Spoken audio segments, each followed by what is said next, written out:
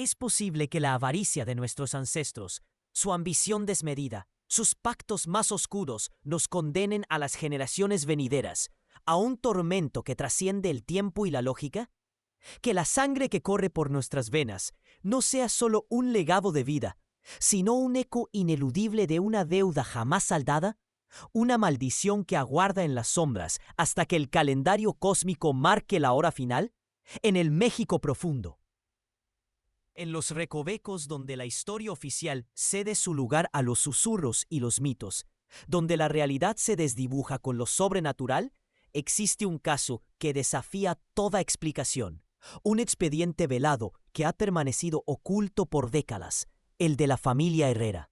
Originarios de la península de Yucatán, su linaje carga con un horror tan indecible, tan recurrente, que se ha arraigado en la misma tierra que una vez les dio poder y fortuna. Lo que descubrirán es el peso de un destino tejido por un pacto ancestral, un eco macabro de su pasado colonial, una sentencia que ahora, en 1988, está a punto de ejecutarse. Nuestro estudio nos lleva a la sombra del gigante, una hacienda enequenera que antaño fue el epicentro de la prosperidad herrera. Hoy apenas es una ruina fantasmal, consumida por la humedad implacable de la selva y el olvido. Sus muros, carcomidos por el verdín y las telarañas del tiempo, aún parecen transpirar historias de una opulencia amasada no solo con el oro verde de las pencas de Enequén, sino con sacrificios que la tierra misma se niega a olvidar. Los salones vacíos, antaño llenos de vida, ahora son cámaras de eco para un silencio opresivo, roto solo por el crujido agónico de la madera vieja y el lamento lejano del viento que arrastra consigo un hedor inconfundible. El de la historia no contada, el de los secretos fermentando bajo el sol implacable de Yucatán. Los Herrera, descendientes directos de aquellos primeros hacendados, han vivido bajo el yugo de una fatalidad heredada. No es locura ni enfermedad, es un castigo tangible, una manifestación macabra de una transgresión olvidada por la memoria familiar, pero no por la sangre ni por la tierra. Un oscuro juramento que sus ancestros forjaron en tiempos de avaricia y desesperación, durante el apogeo del porfiriato. El deseo de dominio sobre la tierra y la fuerza de trabajo era insaciable. Prometieron algo más que riquezas a cambio de su soberanía. Prometieron una condena. La prosperidad fue breve, la maldición eterna, manifestándose en un patrón inquebrantable de muertes masculinas que desafiaba cualquier explicación médica o rito eclesiástico. Los hombres primogénitos de la familia Herrera mueren invariablemente en la última luna antes de cada eclipse significativo. Una coincidencia, dirían algunos, un patrón, argumentarían otros. Pero para los Herrera era una verdad ineludible, un tic de muerte en el reloj de su linaje. Generación tras generación, el horror se repetía con precisión escalofriante, dejando un rastro de viudas y huérfanos y un secreto aún más profundo, el del pacto ancestral, el del sacrificio original que lo inició todo. La investigación que denominamos el terror escondido se detona con el último y más perturbador evento, la inexplicable desaparición de Diego Herrera, el patriarca actual, el eslabón más reciente en esta cadena de primogénitos condenados. Su ausencia se produjo en el momento exacto en que el calendario astronómico anunciaba, con una precisión inusitada, un eclipse solar total de magnitud sin precedentes para el próximo año. Este evento cósmico, un presagio de oscuridad, se sumó a una serie de fenómenos cada vez más inexplicables y aterradores dentro de los confines de la hacienda.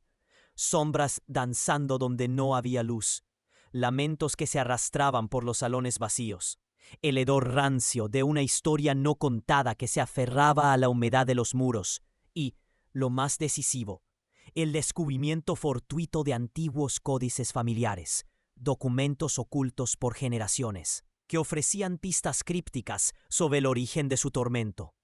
Todo esto, combinado con el creciente pavor ante la inminente última luna, el lapso crítico antes del eclipse venidero, cuando la maldición suele reclamar su tributo, obligó a los miembros restantes de la familia Herrera a romper su férreo y silencioso aislamiento.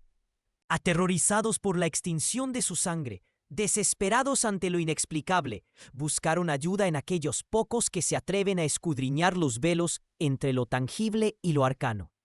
Su lucha central es ahora una carrera contra el tiempo. Deben desentrañar el origen exacto de la maldición y el verdadero significado de este eclipse final que se cierne sobre ellos, antes de que la luna alcance su plenitud una vez más, antes de que el sol se oscurezca por completo. Su supervivencia, la redención de su linaje y quizás el descanso eterno de las almas atormentadas de sus ancestros dependen de descifrar un enigma ancestral, un pecado original que exige sangre, una y otra vez. ¿Puede una familia escapar al destino tejido por los pecados de sus antepasados? ¿O es el eclipse final el sello ineludible de su condena? ¿La sombra que finalmente los consumirá a todos? El grito desesperado de la familia Herrera encontró un eco inesperado, no en los pasillos de una iglesia o el diván de un psiquiatra, sino en los austeros cubículos de la academia. La persona a la que recurrieron, en un último y desesperado intento de racionalizar lo inexplicable, fue el doctor Ricardo Solano. Solano, catedrático emérito de etnohistoria en la Universidad Nacional Autónoma de México, era una figura singular y en ocasiones controvertida en el panorama intelectual latinoamericano. Su reputación se había forjado no en la validación de mitos ancestrales o relatos sobrenaturales, sino en su sistemática y a menudo polémica deconstrucción. Durante más de 3 décadas, Solano se había dedicado a desentrañar los hilos invisibles que conectan la leyenda popular con la cruda realidad histórica, siempre buscando la lógica, la explicación empírica detrás de lo que muchos atribuían al más allá. Su metodología era implacable, casi obsesiva, una inmersión total en archivos históricos, registros parroquiales, censos de población, testamentos, correspondencia privada de terratenientes y familias influyentes, así como expedientes judiciales de la época. Él no buscaba fantasmas ni presencias etéreas, buscaba patrones epidemiológicos, intereses económicos ocultos, rivalidades políticas silenciadas, movimientos sociales sofocados, epidemias olvidadas o traumas colectivos mal gestionados. Su enfoque era puramente científico, arraigado en la antropología cultural, la sociología histórica y la demografía, despojando la narrativa de cualquier adorno místico. Para Solano, cada relato de una aparición, cada historia de una fatalidad heredada que desafiaba la razón, no era más que un síntoma de un evento histórico concreto, una verdad incómoda encapsulada en la metáfora del miedo y la superstición popular. Había escrito voluminosos estudios que se convirtieron en referentes académicos, desde el impacto de las enfermedades traídas por los conquistadores en las comunidades indígenas posconquista, hasta la forma en que las creencias populares eran manipuladas por la élite durante la colonia y el porfiriato para justificar la explotación masiva de la tierra y la fuerza de trabajo. Sus análisis sobre cómo los dramas familiares de las haciendas, las injusticias y las muertes inexplicables se cristalizaban en leyendas de apariciones y maldiciones eran especialmente reveladores. Un ejemplo notable fue su trabajo sobre la psicosis social en comunidades aisladas de Yucatán tras la devastadora guerra de castas, un estudio seminal sobre la histeria colectiva frente a la adversidad extrema, que demostró cómo la mente humana, ante el horror y la impotencia, recurre a explicaciones sobrenaturales para dar sentido a lo incomprensible. Sus colegas, aunque a menudo admiraban su intelecto, lo tildaban de demasiado racional. Incapaz de abrirse a otras posibilidades, Solano respondía con su sempiterno gesto de indiferencia. La verdad es a menudo más aterradora que cualquier fantasma. Los Herrera llegaron a Solano a través de un abogado de Ciudad de México, un exalumno suyo de la Facultad de Derecho de la UNAM, quien, aunque profesional y escéptico por naturaleza, no podía ignorar la perturbadora coherencia de las muertes dentro de la familia Herrera a lo largo de los siglos. La llamada inicial fue cautelosa, llena de eufemismos sobre una peculiaridad genealógica y un patrón de decesos inusuales vinculados a ciclos astronómicos. Solano, su interés, sin embargo, no era el de un cazador de fantasmas o un ufólogo. Era el de un cirujano forense ante un cadáver con una historia no contada. Una autopsia histórica que revelaría la patología subyacente. La primera reunión tuvo lugar en el estudio de Solano en Coyoacán, un espacio laberíntico abarrotado de libros polvorientos, mapas antiguos de Mesoamérica y carpetas desbordantes de transcripciones de archivos coloniales. La atmósfera era densa, cargada de la desesperación contenida de los Herrera. Los miembros de la familia, visiblemente marcados por una mezcla de angustia, resignación y un miedo atávico, se sentaron frente a él y comenzaron a relatar la historia de sus primogénitos varones, muertos invariablemente en la última luna antes de un eclipse significativo. Con voz quebrada, hablaron de la sombra del gigante, la hacienda enequenera en Yucatán, de su historia de prosperidad efímera y de la sensación opresiva que impregnaba sus muros. Un hedor a sacrificio y a siglos de silencio. Describieron la inexplicable desaparición de Diego Herrera, el patriarca actual, y la inminente amenaza del eclipse solar total sin precedentes. El eclipse final, que sentían como el sello ineludible de su condena. Solano los escuchó con una atención metódica y casi clínica, sus ojos analíticos buscando fisuras en la narrativa, patrones repetitivos, inconsistencias o cualquier indicio que la razón pudiera desentrañar. No había asombro en su rostro, solo una fría curiosidad intelectual. Para él, las maldiciones eran siempre el eco de un trauma histórico sin resolver, la manifestación somática de una injusticia perpetrada o la consecuencia de condiciones ambientales o genéticas pasadas por alto y atribuidas a fuerzas oscuras. En el caso de los Herrera, las menciones recurrentes al porfiriato, a una prosperidad amasada con sacrificios y a un pacto ancestral, activaron sus antenas de etnohistoriador. Ese periodo en la historia de México, con sus profundas contradicciones, su auge económico a expensas de la explotación brutal de la tierra y el trabajo indígena y mestizo, era un caldo de cultivo perfecto para relatos de pactos oscuros, deudas karmáticas y venganzas silenciosas que el tiempo transformaba en leyendas. Su hipótesis inicial era clara y la comunicó sin rodeos, aunque con la sensibilidad profesional que exigía la situación. Lo que los Herrera experimentaban no era una maldición sobrenatural en el sentido esotérico, sino la manifestación de una patología familiar profundamente arraigada, quizás genética, o el resultado de un conflicto histórico brutal que se había perpetuado a través de generaciones, camuflado por la superstición y el miedo. Tal vez la hacienda misma era la clave, con sus condiciones de vida insalubres, sus secretos arquitectónicos, una toxina ambiental endémica, o incluso la reaparición de una enfermedad rara que por su patrón de herencia o por circunstancias ambientales específicas, se manifestaba en ese preciso patrón lunar solar. No descartaba, por supuesto, la posibilidad de un asesinato recurrente disfrazado de fatalidad. La misión de Solano no era la de un exorcista, ni la de un médium, sino la de un detective académico, un historiador forense. Su objetivo no era romper un conjuro, sino desenterrar la verdad oculta bajo siglos de silencio y miedo. Una verdad tangible que pudiera liberar a quienes la sufrían de su yugo. Él creía firmemente que en cada leyenda yacía una verdad histórica, una que, una vez expuesta y comprendida, podía desvelar el camino hacia la redención.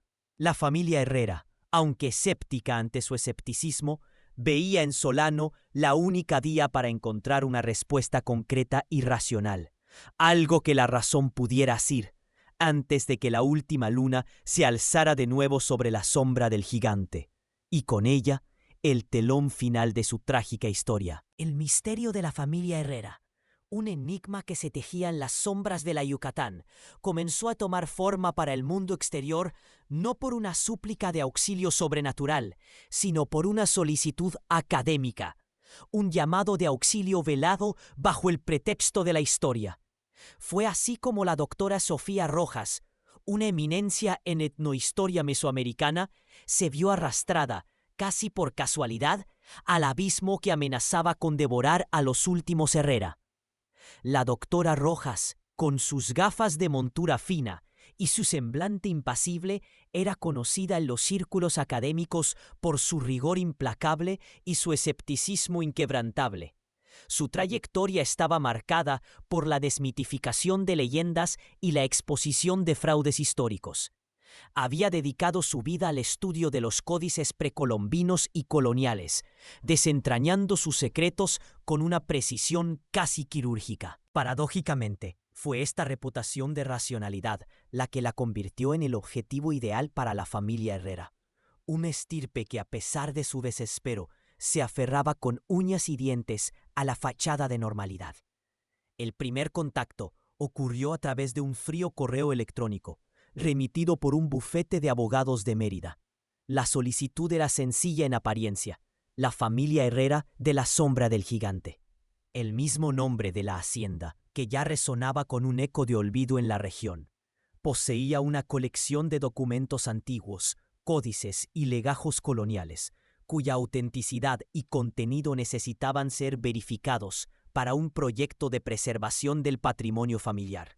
No se mencionaron desapariciones, ni maldiciones, ni eclipses, solo la necesidad de un experto para descifrar un legado histórico. La doctora Rojas, siempre en busca de material inédito para su investigación, aceptó con cautela. La primera reunión no fue en la hacienda, sino en su oficina en la Ciudad de México. Un espacio austero, lleno de libros y artefactos, que contrastaba agudamente con la grandilocuencia velada de sus visitantes. Se presentaron dos miembros de la familia: Elara Herrera, una mujer joven de unos 30 años, con ojos hundidos que reflejaban una fatiga ancestral, y su tío, Gustavo Herrera, un hombre entrado en años, con un andar lento y una rigidez que parecía esculpida en piedra. Eran la viva imagen de la decadencia noble. Desde el primer momento, la doctora Rojas percibió la tensión. La conversación era forzada, punteada por silencios incómodos y miradas furtivas entre los Herrera. Hablaban de los documentos con una reverencia casi religiosa, pero también con una evasividad inquietante. Mencionaron que los escritos habían sido descubiertos recientemente durante unas reformas en la hacienda, un eufemismo que no engañó a la experimentada etnohistoriadora. Sabía que tales descubrimientos rara vez eran tan fortuitos, ni tan discretamente presentados.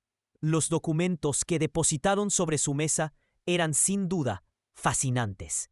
No eran códices precolombinos puros, ni tampoco legajos coloniales estándar. Eran una mezcla ecléctica, pergaminos escritos en una mezcla de español arcaico y lo que parecía ser una forma de maya yucateco, con glifos y símbolos que la doctora Rojas no reconocía de inmediato. Había también diagramas, algunos que recordaban mapas estelares rudimentarios, otros que evocaban extraños rituales. El papel, o lo que quedaba de él, olía a tierra húmeda, a encierro y a un tiempo inmemorial. Nuestra familia siempre ha sido discreta con sus asuntos, explicó Elara con voz apenas audible, mientras Gustavo asentía, sus ojos fijos en los documentos, como si temiera que estos se desvanecieran. Estos escritos son muy importantes para nosotros. Queremos entender nuestra historia, nuestra verdadera historia, más allá de las leyendas locales. La doctora Rojas notó la palabra leyendas y la forma en que Elara casi se corrigió a sí misma. Un indicio de que había más de lo que decían. ¿Y la urgencia, señorita Herrera?, preguntó la doctora Rojas, su voz tranquila y profesional. El bufete de abogados enfatizó la necesidad de una rápida autenticación. Gustavo el tío fue quien respondió, su voz grave y rasposa. Se trata de asuntos familiares delicados. Mi hermano Diego El patriarca ha estado indispuesto. Su desaparición, o mejor dicho, su retiro, ha hecho que nuestra situación sea precaria. Necesitamos claridad sobre ciertas propiedades y derechos que estos documentos podrían validar. La doctora Rojas asimiló la información. Un patriarca indispuesto o retirado que de facto había desaparecido. La familia presentaba la necesidad de autenticar los documentos como una cuestión de sucesión o de derechos de propiedad. Una excusa perfectamente práctica para involucrar a una académica. Era un problema de herencia, de legado, pero la forma en que lo decían, la tensión en sus gestos, la evasividad en sus respuestas, todo le gritaba que había algo más, algo que no encajaba en los fríos expedientes legales. Mientras examinaba el primer pergamino, apenas descifrando los primeros trazos de lo que parecía una genealogía entrelazada con símbolos cósmicos, la doctora Rojas sintió una punzada de intriga. Esto no era un simple tratado de tierras. Había una complejidad, una oscuridad latente en el material mismo. Los Herrera habían recurrido a ella por su capacidad para desentrañar lo antiguo, pero también, quizás, por su reputación de escepticismo, esperando que ella validara una narrativa cómoda antes de que la verdad, sea cual fuere, se desvelara. El Ara mencionó de pasada que la familia había experimentado una serie de desafortunadas coincidencias de salud que afectaban a los hombres de la línea principal, achacándolas a una predisposición genética peculiar o al estrés crónico. Buscaban, según ella, cualquier antecedente histórico que pudiera explicar estas recurrencias.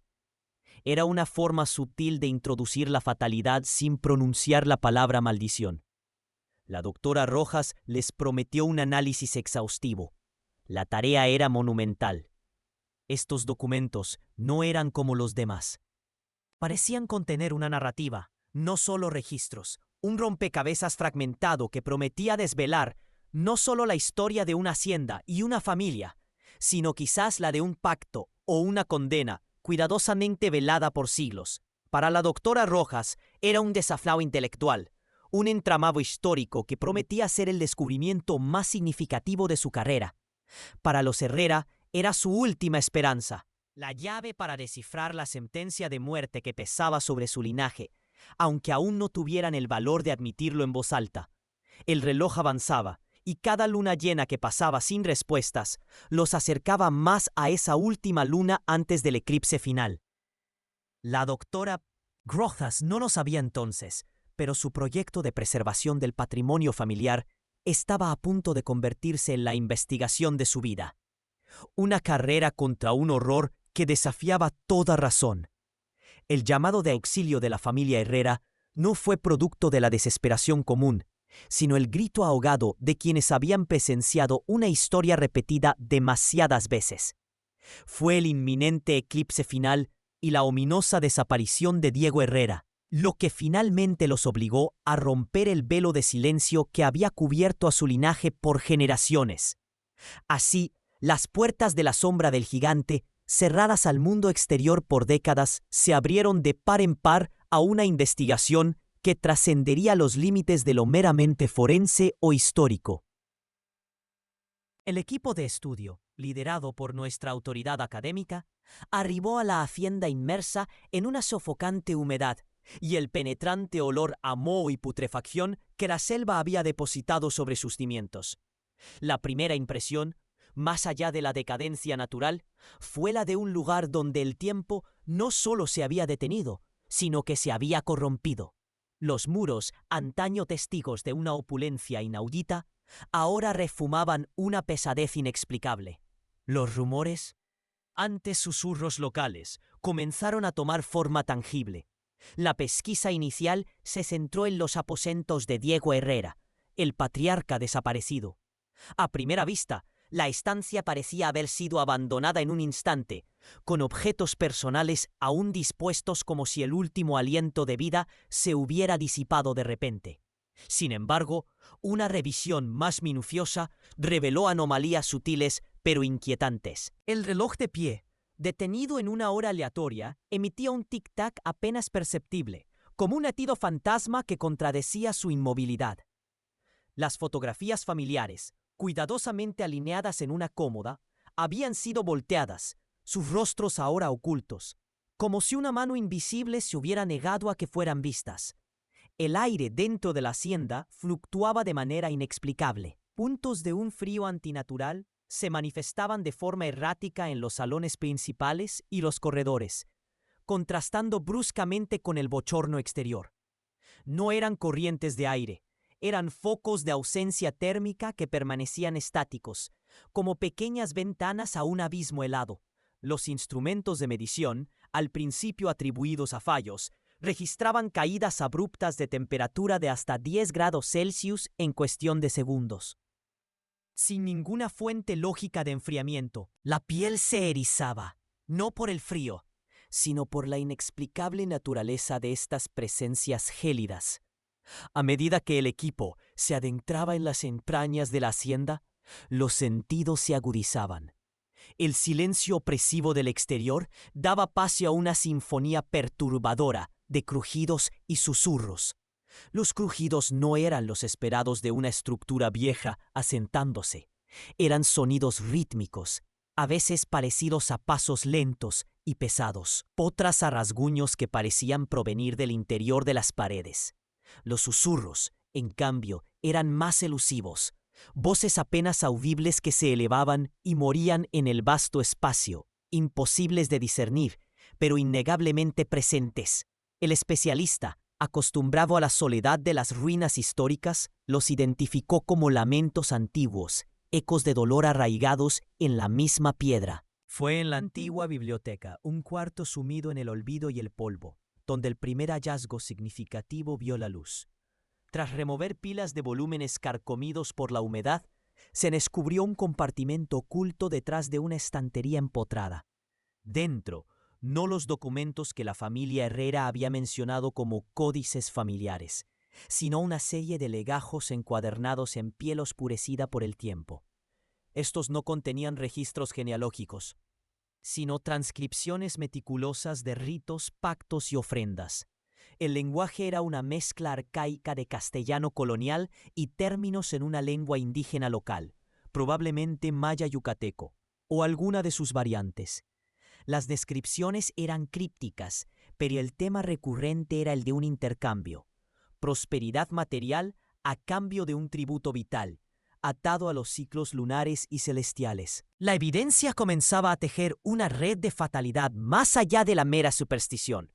Los análisis preliminares de los legajos revelaron una obsesiva atención a la astronomía precolombina y a la relación de ciertos eventos celestes con sacrificios y la invocación de entidades. Uno de los pasajes, particularmente inquietante, describía la última luna antes del desgarro del sol, un evento que resonaba de manera escalofriante con el inminente eclipse solar total. Las fechas mencionadas en los textos, aunque fragmentadas, coincidían con los registros históricos de los primeros Herrera y los picos de prosperidad de la hacienda durante el Porfiriato. El pacto no era una metáfora, era un contrato de sangre. La maldición no era una creencia, era una factura vencida, una deuda que el linaje Herrera había estado pagando con la vida de sus primogénitos varones, generación tras generación. La desaparición de Diego Herrera no era un escape, sino quizás el más reciente de una serie interminable de abducciones por una fuerza incomprensible, preparando el escenario para el eclipse final. La casa, más que un hogar, era una tumba viviente. La hacienda a la sombra del gigante no entregaba sus secretos con facilidad. Consumida por el tiempo y la implacable selva yucateca, cada rincón de sus muros, carcomidos por la humedad y el olvido, parecía negarse a revelar la verdad. Tras la inexplicable desaparición de Diego Herrera, el último patriarca y el siguiente primogénito en la línea de una fatalidad ancestral, la familia, despojada de su último pilar y enfrentada a la inminente fatalidad de un eclipse solar total sin precedentes, se vio obligada a una búsqueda frenética. Era una inmersión desesperada, casi arqueológica, en los rincones más profundos y olvidados de su propio legado. La mansión, antes un símbolo de su opulencia y ahora de su decadencia, se había transformado en un laberinto de murmullos y sombras. Cada chirrido de la madera vieja, cada golpe de viento que arrastraba el hedor de la historia no contada, se sentía como un recordatorio agónico de que el tiempo se agotaba inexorablemente. La desesperación se había convertido en su único motor, y el miedo a la última luna en su brújula. Fue Laura Herrera, con una formación académica sólida, historiadora del arte y apasionada por la epigrafía maya, quien, siguiendo una intuición forjada en su familiaridad con la arquitectura colonial y los patrones de ocultamiento de la época, halló la entrada en una remota y olvidada sección de la biblioteca, donde los volúmenes enmohecidos se desprendían de sus lomos como viejas pieles.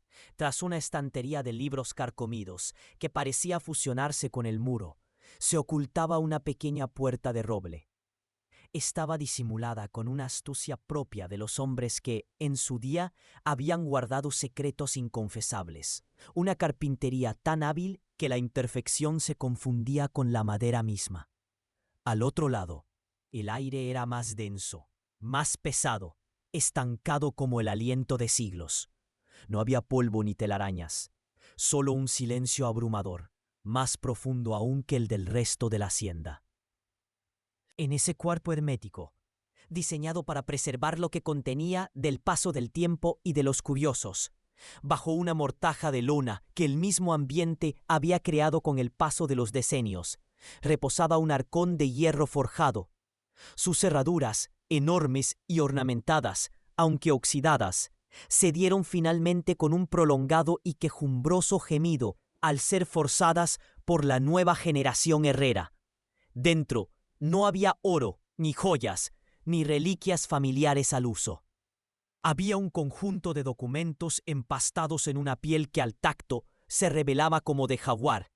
Sus páginas, no de papel, sino de corteza de amate, con extraños jeroglíficos mayas incrustados junto a sellos coloniales ya casi ilegibles. Era un volumen en sí mismo, un códice atroz, escrito en una mezcla de castellano antiguo y una lengua maya arcaica, casi extinta, indescifrable para la mayoría. Pero Laura, con sus conocimientos de arqueología y su incansable estudio de las culturas mesoamericanas, comenzó a descifrarlo con temblorosa fascinación. La letra en algunos pasajes era la pulcra y firme del primer Diego Herrera, mientras que en otros una caligrafía ajena y más críptica se superponía. Quizás la de un escriba o un chamán. El título, manuscrito con una tinta oscura que parecía haber absorbido la luz de la habitación, rezaba con una ominosa claridad: Códice de la sangre y la tierra, pacto por la prosperidad eterna. Era más que un documento, era un testamento de horror. El códice, fechado en 1887, en pleno auge del porfiriato y la fiebre dorada del Enequén en Yucatán, detallaba con una frialdad escalofriante la desesperación del primer Diego Herrera. Sus tierras, su vasta hacienda, se asfixiaban bajo una sequía implacable y plagas que diezmaban las plantaciones de oro verde. Los acreedores acechaban y la ruina inminente amenazaba con borrar de la historia el incipiente imperio Herrera. En su desespero, Diego, un hombre de fe quebrantada y ambición desmedida, no encontró consuelo en la iglesia ni en el orden natural, sino que buscó una solución más allá de lo terrenal. El documento narraba con ominoso. El códice se refería a ella como el corazón de la tierra y el vacío astral, una fuerza telúrica y cósmica que no era ni deidad benevolente ni demonio de la teología occidental, sino algo mucho más antiguo y ajeno, que exigía tributos de vida a cambio de la anhelada fertilidad de la tierra y la abundancia desmedida. La prosperidad de los Herrera no fue una bendición divina, sino una ofrenda perpetua, cimentada sobre la vida de sus hijos. El pacto era claro y macabro, grabado en la corteza de amate con una brutalidad innegable. A cambio de una prosperidad sin precedentes para la hacienda y la estirpe Herrera, debían ofrecer un sacrificio humano, la vida de su primogénito varón, en cada ciclo significativo del cosmos, específicamente en la última luna antes de que la sombra mayor cubra el Sol, es decir, antes de cada eclipse solar total de importancia. Este no era un fallecimiento cualquiera, sino un retorno de la sangre a la tierra, un renacer sacrificial que se creía renovaría el poder del pacto y aseguraría la continuidad de la riqueza. El códice detallaba con precisión perturbadora las fechas de los sacrificios pasados, cada una coincidiendo escalofriantemente con las muertes inexplicables y prematuras en la genealogía herrera, la misma fatalidad heredada que había perseguido a la familia por generaciones, sin que jamás comprendieran su verdadero origen. Cada muerte, una cuota pagada, pero había una cláusula final, escrita en caracteres aún más grandes y con una tinta tan oscura que parecía absorber la poca luz que se filtraba en el cuarto, casi negra. Al quinto ciclo de la sombra mayor, cuando el corazón de la tierra haya recibido su tributo final, el pacto se consumará por completo. Si la sangre primogénita falla en su entrega, la estirpe entera será arrastrada al vacío astral en la hora del eclipse final. El códice no solo explicaba la maldición que los atenazaba, sino que revelaba su apogeo, el eclipse solar total que se cernía sobre el horizonte, aquel que había precipitado la inexplicable desaparición de Diego, no era solo otro ciclo en la macabra cuenta, era el quinto ciclo, el eclipse final al que se refería el pacto. Esto significaba que la sangre de Diego Herrera, el actual primogénito, era el último tributo exigido por el corazón de la tierra y el vacío astral. Su desaparición no era una huida, sino posiblemente una etapa final del horrendo ritual de la entidad, o lo que era peor, la antesala de la venganza por un pacto incumplido. El descubrimiento del códice no trajo consuelo, ni la anhelada claridad que disipa el miedo, sino una comprensión abrumadora y un terror aún más profundo y visceral. La locura de sus ancestros no era una metáfora, no era una simple superstición transmitida. Era una verdad tangible, escrita con sangre y tinta en las páginas de su propia historia.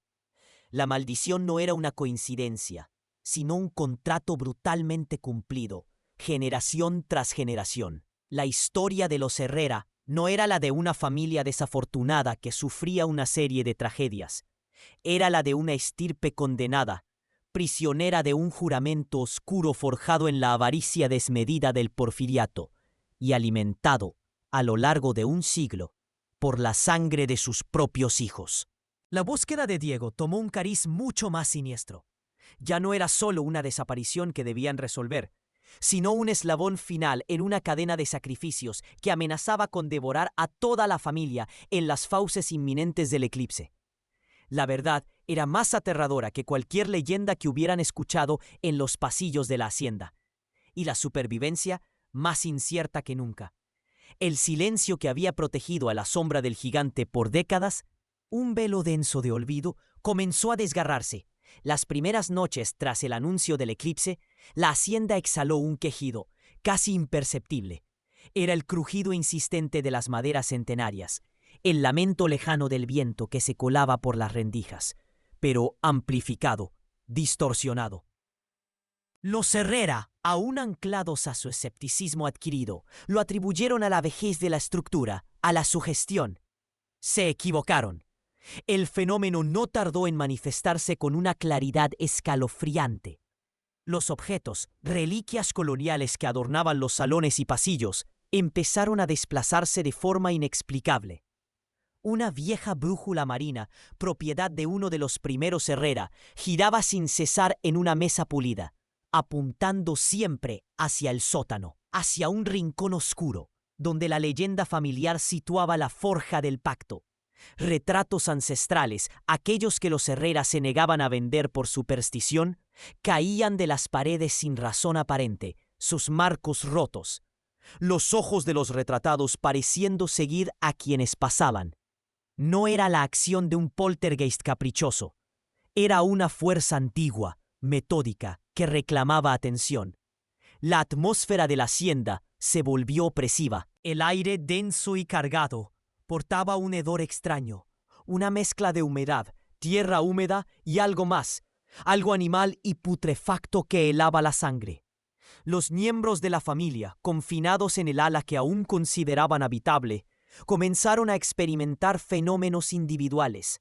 Los sueños de Mateo, el joven primogénito de la siguiente generación, se volvieron pesadillas vívidas y compartidas, donde figuras sombrías danzaban en rituales olvidados bajo la luz de una luna rojiza, y el eco de cánticos guturales resonaba en su cabeza, incluso al despertar. Las manifestaciones auditivas se intensificaron. Lo que antes fue un murmullo se convirtió en susurros inteligibles que serpenteaban por los pasillos vacíos, pronunciando nombres en un castellano arcaico, nombres de los Herrera muertos, de los primogénitos caídos. Algunos juraron escuchar el lamento de esclavos, el chasquido de un látigo y el eco de súplicas ahogadas, como si el tiempo se doblara sobre sí mismo, liberando los ecos de la brutalidad que sustentó la fortuna familiar. El hallazgo de Diego Herrera, el patriarca desaparecido, detonó el terror. No encontraron su cuerpo, sino lo que quedaba de su despacho, ahora un torbellino de papeles esparcidos, muebles destrozados y una mancha oscura en el centro del piso que no era de sangre, sino de algo viscoso y negruzco que emanaba un frío antinatural. Entre los escombros y pegado a la pared con una especie de resina orgánica, apareció un diario suyo. Sus últimas entradas, escritas con una caligrafía temblorosa, no hablaban de una huida, sino de una confrontación.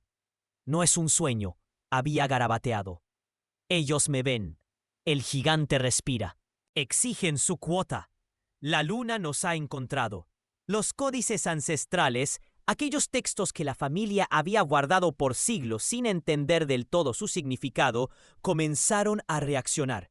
Las páginas, antes secas y frágiles, ahora emanaban un brillo rojizo bajo la luz de la luna, y los glifos mayas y grabados coloniales parecían palpitar, sus formas distorsionándose y volviendo a la normalidad en un macabro ballet. En una ocasión, mientras Catalina Herrera intentaba descifrar un pasaje, una gota de sangre brotó de la ilustración de un sacrificio y se deslizó por el pergamino, rellenando un jeroglífico hasta entonces ilegible. El símbolo, según posteriores investigaciones, representaba la ofrenda eterna. La hacienda no era ya un refugio, sino una jaula. Las puertas que antes cedían al paso, ahora se atrancaban solas. Las ventanas se cerraban de golpe, y los pasillos parecían extenderse y contraerse, desorientando a cualquiera que intentara abandonarla. La selva exterior, usualmente vibrante con sus sonidos, se había silenciado, como si contuviera el aliento.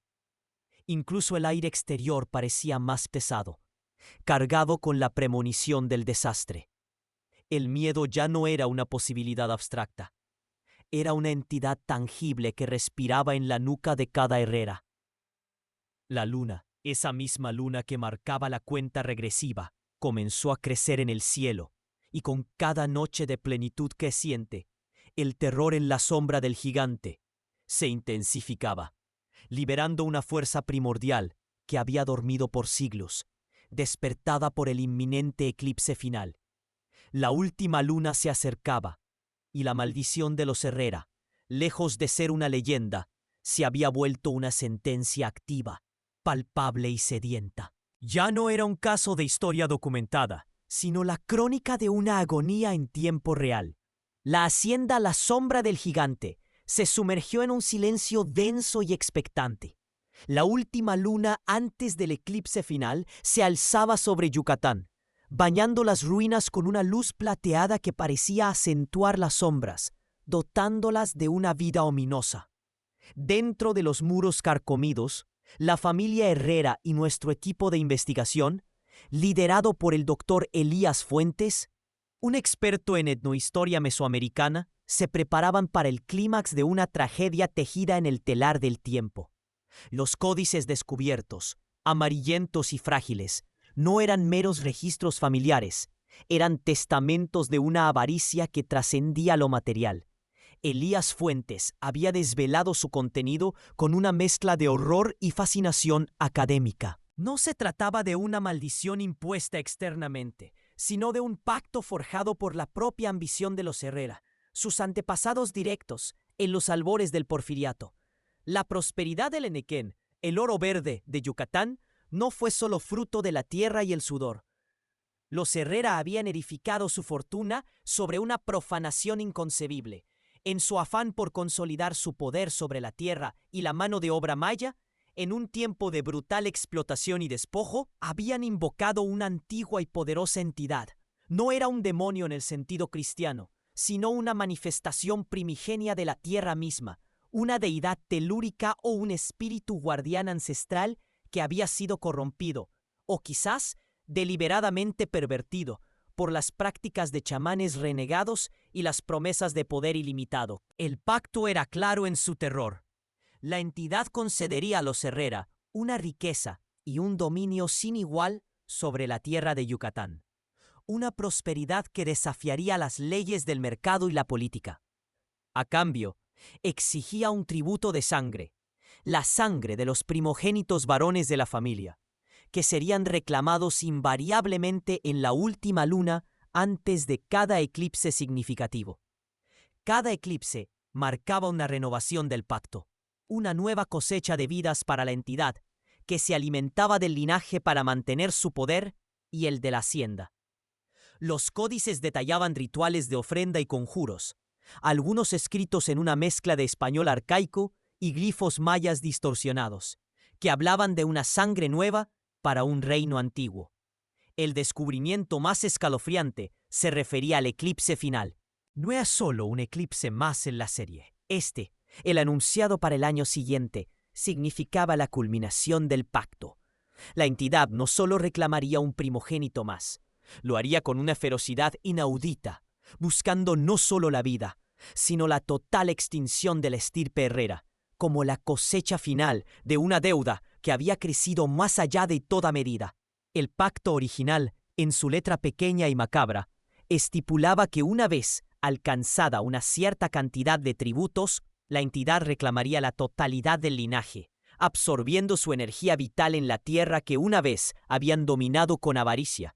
La desaparición de Diego Herrera, el patriarca, ahora cobraba un sentido atroz. No había huido. Las últimas anotaciones en un diario oculto de su escritorio, hallado por casualidad, revelaron su desesperado intento por desentrañar el misterio antes de la llegada del doctor Fuentes. Diego había descubierto la inminencia del eclipse final y había intentado romper el pacto por su cuenta, buscando un ritual de contención o una ofrenda alternativa en las profundidades de la hacienda. Fue en esa búsqueda, en un túnel secreto bajo los cimientos que conducía a un antiguo cenote profanado, donde fue reclamado.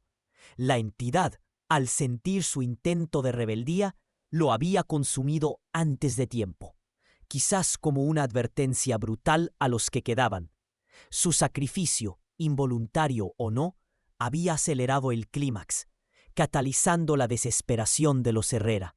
Con esta revelación, la familia ya no enfrentaba una vaga maldición, sino un enemigo definido, un acuerdo contractual con lo sobrenatural que exigía el pago.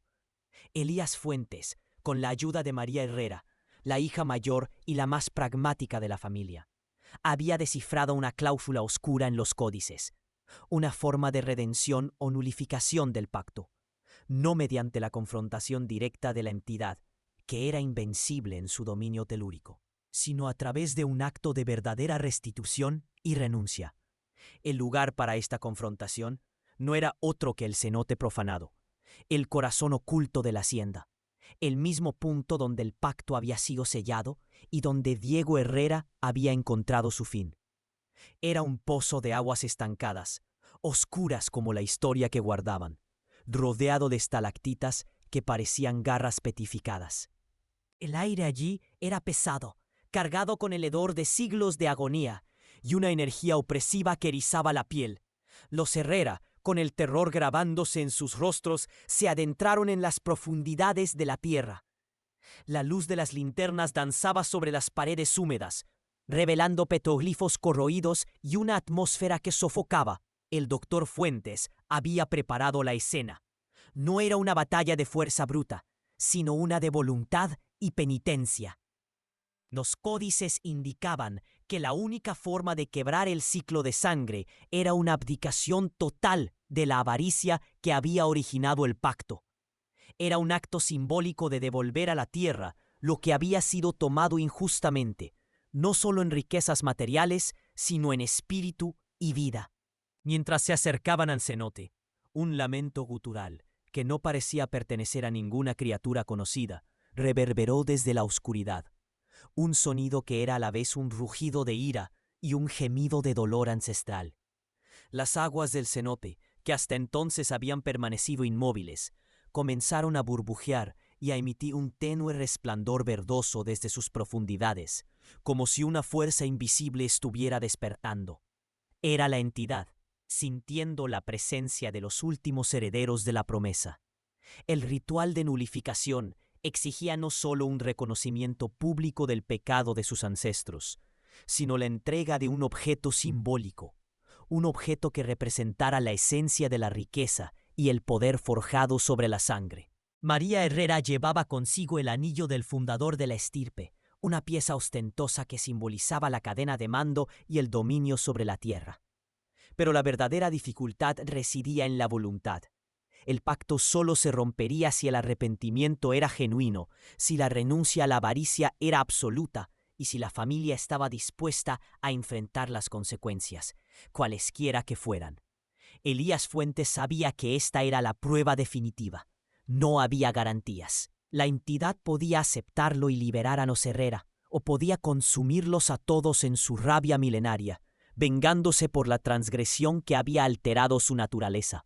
El aire se volvió gélido, a pesar del calor sofocante del trópico, y una sombra, más densa que la de la noche, pareció extenderse desde las profundidades del cenote, envolviéndolos. El tiempo se detuvo. La última luna se preparaba para su momento de mayor plenitud.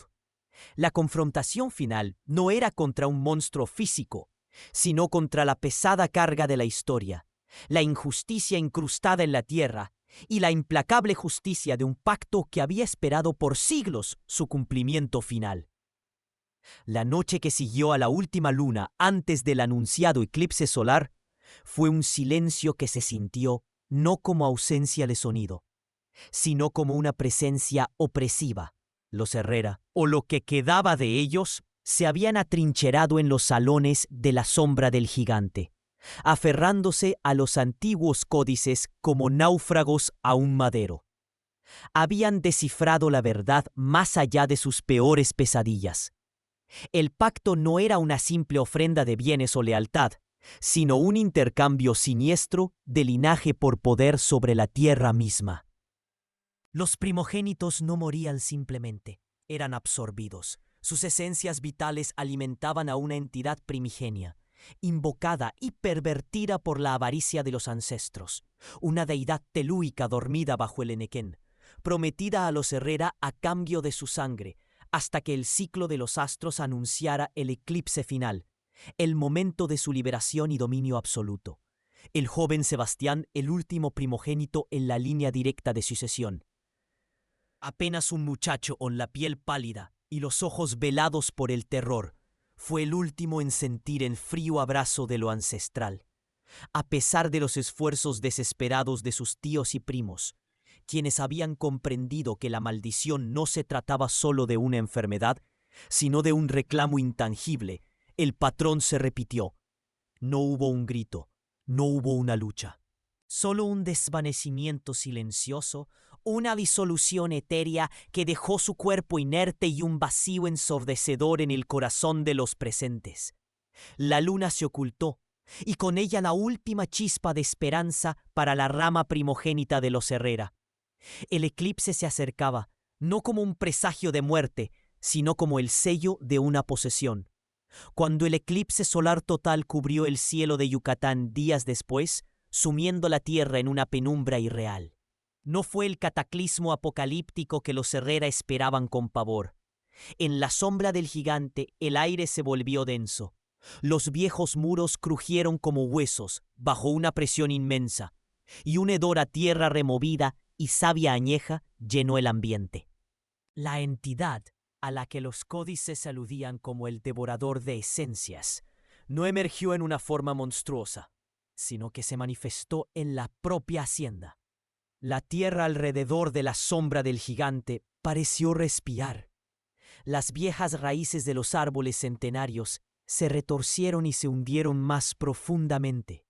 Y las pencas de Enequén, antaño símbolo de su riqueza, se alzaron y se marchitaron simultáneamente, como si la vida misma hubiera sido drenada de ellas. El eclipse fue el rito final, la culminación de un pacto que por fin había reclamado no solo la sangre, sino la esencia de la prosperidad y la voluntad del linaje Herrera, entregándolos por completo a la tierra que tanto anhelaron poseer.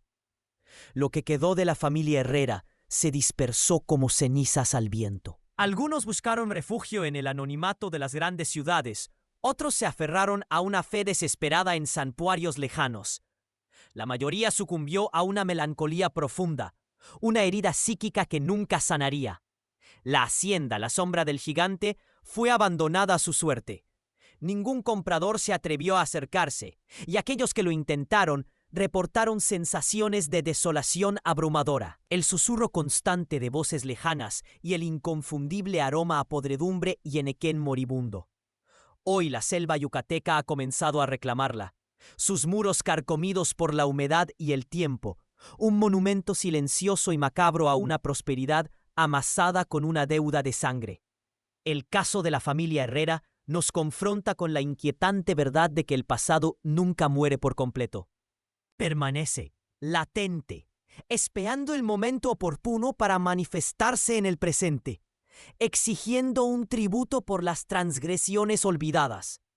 Este linaje, antaño poderoso, se encontró atrapado en un destino tejido por la codicia y la ignorancia de sus ancestros, demostrando que las maldiciones no son meros cuentos de viejas, sino la manifestación de pactos rotos, de energías desequilibradas y de una justicia cósmica que a menudo desafía nuestra comprensión lineal del tiempo.